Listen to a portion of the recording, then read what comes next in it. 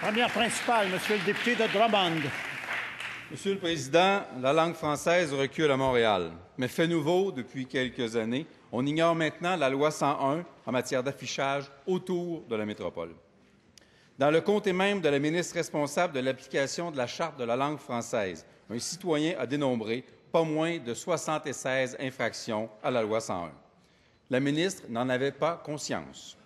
Dans le comté de la présidente du Conseil du Trésor, un récent reportage nous montrait des secteurs entiers où le respect de la loi était plutôt l'exception que la règle. Sur la rive sud, les cas se multiplient désormais. Pourtant, la ministre persiste à dire que c'est un problème temporaire et qu'il ne faut pas s'inquiéter. À la lumière des révélations récentes, est-ce que la ministre reconnaît maintenant la détérioration grave de la situation? Madame la ministre de la Culture est responsable de l'application de la Charte de la langue. Merci, Monsieur le Président. Je remercie le député pour sa question. Dans le comté que j'ai le plaisir de représenter, il y a 1610 entreprises et commerces. Et ce ne sont pas tous les commerces qui ne respectent pas la loi. On a détecté 76 cas la semaine dernière. Ce sont 76 cas malheureux. Personne, Monsieur le Président, n'est au-dessus de la loi. Il faut respecter la Charte de la langue française. La Société Saint-Jean-Baptiste a transmis les cas à l'Office québécois de la langue française qui va les analyser et voir quelles sont les mesures à prendre par rapport à ces entreprises et ces commerces. Je rappellerai aux députés, Monsieur le Président, que nous avons augmenté les amendes l'année dernière considérablement. Elles peuvent aller jusqu'à 20 000 $ et être le double en cas de récidive. Je rappelle aussi aux députés qu'il a voté contre des amendes plus sévères. Première complémentaire, Monsieur le député de Drummond. On reviendra sur les prétentions d'amendes plus sévères dans l'intervalle. Les derniers chiffres publiés par l'Office québécois de la langue française sont alarmants pour l'avenir du français à Montréal et au Québec. La présidente de cet organisme prétend que ce recul dans l'affichage est dû à la mondialisation, Monsieur le Président. De nombreux pays baignent pourtant dans la mondialisation et n'en sacrifient pas pour autant leur langue nationale. Est-ce que la ministre cautionne les propos étonnants de la présidente de l'Office québécois de la langue française? Madame la ministre de la Culture.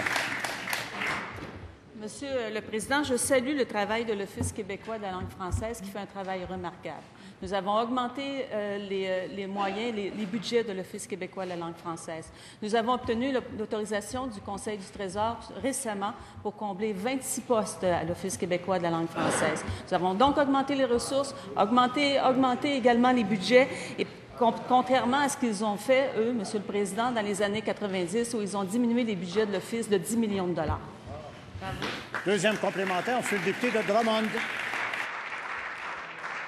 Les plaintes enregistrées à l'Office québécois de la langue française ont augmenté de 24 % l'année dernière.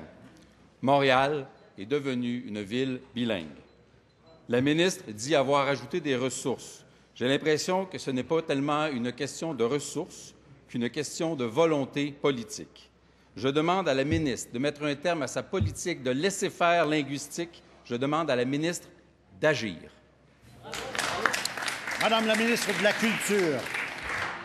Monsieur le Président, j'ai beaucoup de respect pour vous, mais vous auriez dû rappeler le député à l'ordre parce qu'il a prêté des motifs concernant la situation de la langue française et les gestes que nous posons.